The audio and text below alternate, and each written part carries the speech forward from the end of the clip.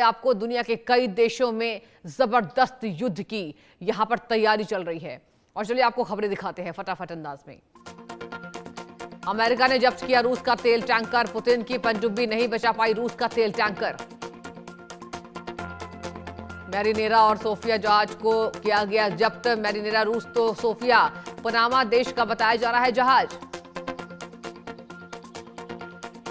Venezuela से तेल लेने जा रहा था रूसी टैंकर, चीन या दूसरे देशों को पहुंचाने की थी कोशिश। जहाज की सुरक्षा के लिए पुतिन ने उतारी थी सबमरीन।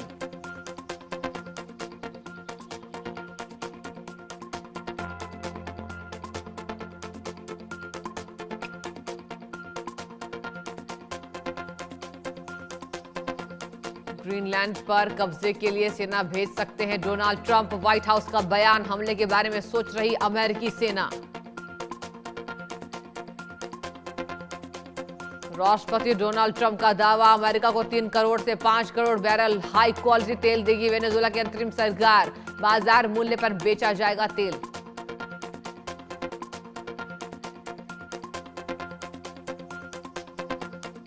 ट्रंप ने कहा तेल से होने वाली कमाई उनके नियंत्रण में होगी और दोनों देशों के फायदे के लिए की जाएगी इस्तेमाल।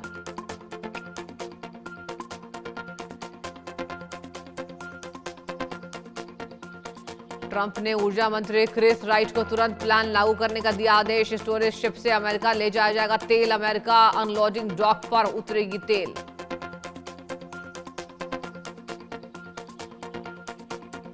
मादुरो की गिरफ्तारी को लेकर रूस और चीन नाराज। मादुरो की गिरफ्तारी को लेकर जताई नाराजगी। किम जोंग उन ने भी दी थी धमकी।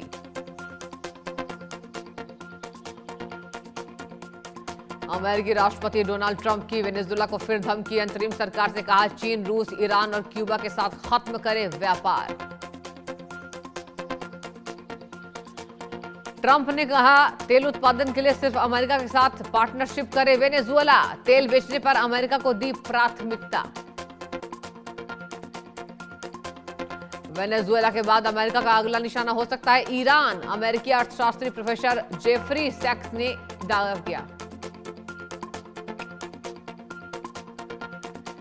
यूरेशिया ग्रुप के अध्यक्ष ईरान ब्रेमर का बड़ा बयान, कहा वेनेजुएला में नहीं हुआ सस्ता परिवर्तन, यह सिर्फ सत्ता का जुआ।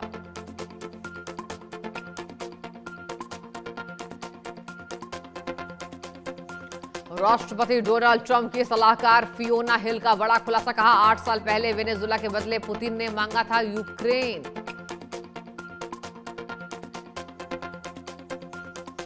और कोलंबिया के राष्ट्रपति गुस्तावो पेट्रो ने ट्रंप को दी धमकी, कहा मुझे पकड़कर दिखाए ट्रंप, मैं यही कर रहा हूं इंतजार।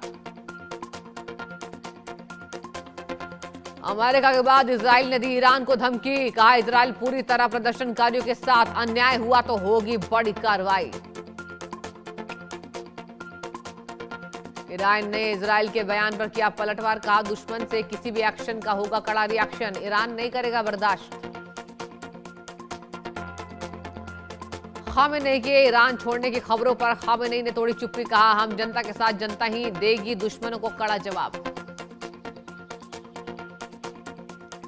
ताइवान ने अपनी सभी F-16 फाइटर जेट को किया ग्राउंडेड। मंगलवार देर रात एक F-16 फाइटर प्लेन के क्रैश होने के बाद लिया गया फैसला। ट्रेनिंग एक्सरसाइज पर था F-16 विमान, हादसे के बाद सभी F-16 फाइटर जेट के उड़ान भरने पर लगाई गई रोक। पायलट को खोजने के लिए चलाया गया सर्च ऑपरेशन। F-16 विमान ने ताइवान से हुआलियन एयरबेस से भरी थी उड़ान भरने के लगभग 1 घंटे बाद रडार से हुआ गायब। और हादसे के वक्त पायलट हसियन यो पी तट से लगभग 10 नॉटिकल मील की दूरी पर विमान से बाहर निकलने में रहे थे सफल। समुद्र में पायलट की खोज जारी। पाकिस्तान के आतंकी संगठन से नजदीकी। पाकिस्तान में हुई हमास लश्कर की बैठक, हमास और लश्कर तैयबा के बड़े नेता शामिल हुए।